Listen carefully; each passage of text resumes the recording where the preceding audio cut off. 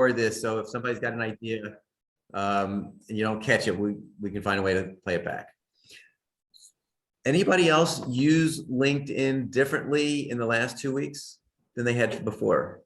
Being more intentional with leaving comments about someone's posting that I feel is relevant and others should be aware of. So I'm trying to help my connections be more exposed.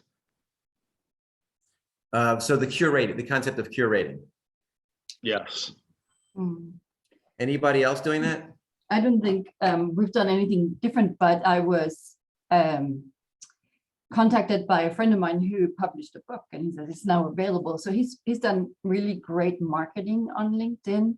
And then he reached out to me and says, Uli, I see you're posting all the time. Would you mind sharing my book information on your LinkedIn post?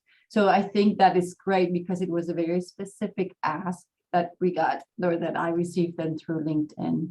And I was, I don't think we have done it yet, but we will act on that and help promote his book. Anybody else do anything different in the last 2 weeks? So Paul, I subscribed to Sales Navigator at the beginning of the year, actually. Haven't done much with it yet. I did create a new list specifically for a segment that I would like to pursue, to try to find folks. I guess the part that I still struggle with is I want to use this tool in a very authentic way to connect with people without it looking like I'm just trying to sell something, right? So yeah, obviously that's part of the motivation as to why I'm on it, but I don't, I want to look for those connections and connect with people in a real way prior to even necessarily talking about what I do. So. Anybody else want to, go ahead. Anybody else want to comment? I was just going to say, you had to take some effort to try to find a common ground that may be explored, and it doesn't microwave. It takes time for a seed to actually sprout something green, and then eventually be big enough where it can be harvested. And harvesting is what you want to do when you finally have a connection with someone that's transparent and vulnerable. Then you have a ripe piece of fruit. It takes time to grow a piece of fruit. So it takes time, and you have to be curious and ask people questions. I want to learn more. And because I do it because the more I learn about people, the more I can vet them, that they are truly great at what they do, then I'm more comfortable to refer them. And that's how, when you take a proactive to try to help someone else, then organically or almost through osmosis, you'll start getting help. I'm so naturally do that, I don't even realize that I may be getting business out of what I'm doing because I'm just being me, because I just get enjoyment of trying to help someone else, whether it's business or something else. So I think sometimes we have to pivot our psychology. And I used to be a very shy person. I would be hard to talk. It was terrible for me to talk to someone. I hated things. And I've gotten so over it that I forget that in my DNA, I'm an introvert and I'm shy. It's because I've just become naturally comfortable with helping others, and it's changed my personality. It's amazing. And my wife doesn't even realize who I am. She thinks I'm someone else. So what can I say? Anyway, I spoke too much. I'm trying to get the message a point that be authentic and transparent, and things will happen for you while you're helping others. And who else has found some of those reactions? I think any of us can post something, and Hank, you pointed out, you don't want to come across as salesy. So what other tips have people been using, Uli or Donna, whoever, that you're getting the authentic connections? Well, I can say that I think you really have to be who you are. I'm a little bit out of the box. I'm a little bit quirky. I'm very creative. I'm animated. I'm childlike, and my enthusiasm is who I am, right? And so if you get a serious post, that's not going to match. So I really want to show up as me. And I'm also curious. So what do I do with my posts? I always ask questions. I'm always asking questions, or I'll tell a funny story. There was a story about me when I was a little kid. I used to marry Brian in the laundromat when I was a young person, 6 years old, and he was the love of my life. And out of that experience came certain things that I apply to my business today. And so, just to kind of take a different way to talk about who you are, I do it in a creative way because that's how I'm built. But I think, to Paul's point, be who you are, and then you're a magnet for the people who like it, because we can't be all things to all people. We might as well be ourselves. And that's what's been working out really well on LinkedIn. Great comment about being yourself. Other comments? I was going to add in, the other day, I took a meeting from someone that was prospecting on LinkedIn, and I relayed to him. I said, I don't know if I'm, your ideal fit, but I'm happy to have a conversation with you. And, went out there and we met and online had that conversation, found out there were some potentials. I also, I guess, from Paul's perspective, also wanted to see, because of course, with him prospecting actively on LinkedIn, he's several steps ahead of me in terms of what I do, and just kind of wanted to also understand his process and his approach, and kind of take those pieces and make them my own as I saw fit. I just put into chat that, hey folks, I have to attend a commercial real estate continuing education class at 1. Happy to continue the conversation, happy to help anyone. So please reach out to me or anyone else. I unfortunately have to sign off, but please reach out to me. We'll keep the conversation going. Thanks, Paul. Oh, in fact, it will go better with me not involved, because I speak too much. So y'all are better off now. Bye, folks. Yeah. So one of the questions that comes up is, when you put a message out there, they don't respond right away, right? They'll respond not just from a timing perspective, but they may not respond to your first outreach. So anybody got a story or anecdote about how many times it took to get through to somebody, or how many times you posted a comment? Go ahead, Donna.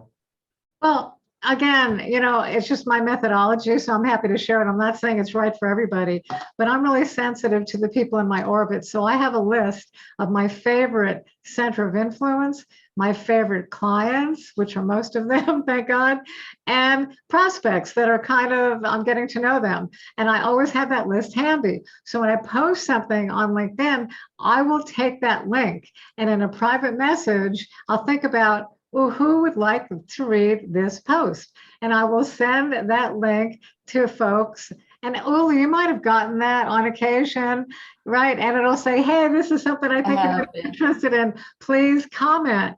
And that really ups the game, because if Uli and the others that I've targeted comment and it's meaningful to them, the next time I send them a private message on LinkedIn, they're going to I'm going to check out that post, because I'm leading with value and I'm not wasting their time. Well, hey, Uli, what did you think when you got that? Did it seem like it was a little bit, why is she doing this? Or do you know me well enough to know, hopefully, that I'm not wasting your time and you might find it valuable? What did I think of it? Well, it was a funny post. I had already seen it. Okay. But So no, I thought that was a very, very clever way to engage. And I mean, I think it's also not intrusive. You know that if I reply, it's because I want to, and if I don't reply, it's not because I don't like you, It's because. So how many people? So who on here has a list of 5, 10, or 25 people that they're targeting through LinkedIn, that they're targeting? Like you have a prospect list, right? Everybody's got some degree of a prospect list. How many of you have, because I haven't, but you're making me think I should be doing this, is of those people that you have connected with them on LinkedIn, and then you're checking weekly or something for a post they did or private messaging them. Anybody doing any of that yet? Sure, Oh, I'll tell Brad. you, but I'll answer that one because I think it's been helpful so far in the last weeks. What I did is, there's not the need for using something like Salesforce, but just in a spreadsheet with those kind of 20 something prospective targets, I am noting, okay, what kind of interaction has that person and I had, whether it's a phone call, whether it's a meeting, whether it's a posting or something like that, because then it's easier to measure and see, okay, is this person feeling like they're getting too many messages from me or the right amount, and when is it a good time to check in with a person? And I just find that that's a visual way for me to see, oh, okay, maybe now is the right time to reach out to that person because it's time for a follow-up or whatever. So say that, so you're keeping that on some sort of spreadsheet CRM that. Just on a spreadsheet, because it's not like it's a large volume that it needs to be in something like Salesforce, but ultimately the outcome is similar in the sense that, okay, here's that particular contact, what's the interaction, and these kind of things. Anybody get feedback to Anthony? Agree, disagree? So Anthony, I'm curious what you're using as your sort of initial contact method. Are you doing a very short, hey, I'd like to connect with you on LinkedIn? Are you doing something more specific? What are you using as for your verbiage there? Yeah, I mean, some of it hasn't started with LinkedIn, but certainly the LinkedIn is at some point part of the follow-up. When it's starting with LinkedIn, it's something simple. Like I put in a topic about, okay, I try to put myself in the shoes of the clients in terms of, okay, what's in it for them? What's in it for you? As in how could this help their business? So that's kind of how I start some of those communications with people that I don't know on LinkedIn. I don't know that that's the best formula, but that's one of the things that I've been doing. But more often it's really been the face-to-face recently, and speaking with other people that are connecting me. Like recently, I have a meeting here today, and it's someone who I'm seeing for the third time face-to-face, because we've been at different events. So it's less been on LinkedIn. So hopefully, yeah, there's the right way to combine what we do on LinkedIn and off LinkedIn. I'm still trying to figure that out, though. Hank, what were you thinking? Well, and it's interesting. So I'm always trying to look for a connection, I guess, more on a personal level first, whether it be like through an alumni association or a shared interest or something like that, before I'm necessarily trying to introduce my services. And I guess part of it is I feel the authenticity of LinkedIn has probably changed somewhat over the years. I mean, back for those of you all that have been on LinkedIn for a long time, it was a networking, it was a connecting tool early on. Now it feels like a sales platform to a large extent. So, I'm trying to not let it be too much of that, for at least the way I come across. Right. I agree. Right. So we don't use it so much for prospecting or finding our next client. We use it to connect with folks who requested a quote, who may have not converted, but we connect on LinkedIn, and now they see the posts that, so hopefully we will develop a more meaningful relationship, so the next quote converts. I think it was Uli that I had a conversation with, that some of the people are just posting indiscriminately, kind of shotgun, and they're getting responses back from who they're targeting, because both companies have paid people doing LinkedIn posts and replies. So I'm just putting back out there, how do we, do you target, like Anthony was saying, he's got a handful of people, that's who he's going after.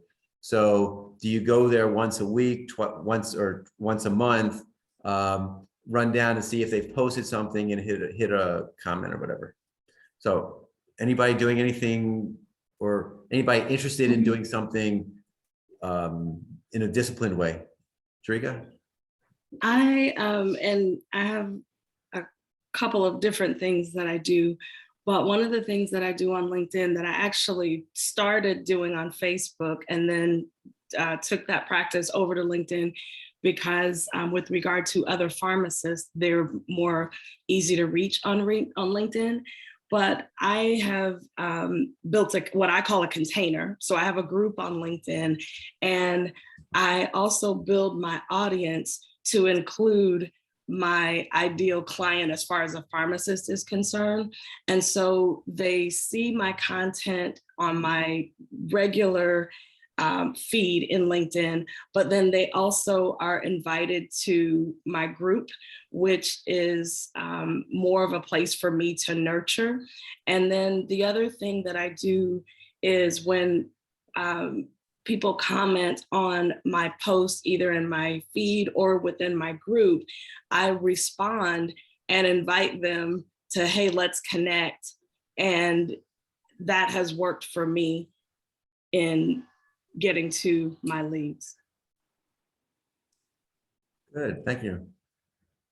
Anybody else got either an idea or a question for us? Brad, you've been kind of quiet on what the role, what you're doing with LinkedIn, and come up with a goal for yourself for the next 2 weeks.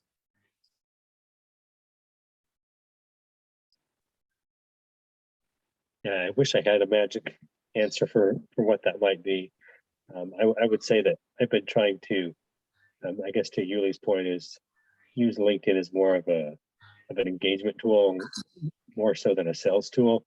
So what I've been doing before I even connect with someone, I think to Hank's point of trying to find that connection point, is just looking at the content they're posting or things that they're responding to, and trying to engage with them at that level.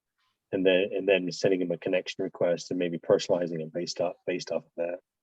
So would it be a goal for you, Brad, for next week to find 5 people, or either connect with 5, send out 5 invitations to connect, or 5 replies to people? You know, so you know who your targets are.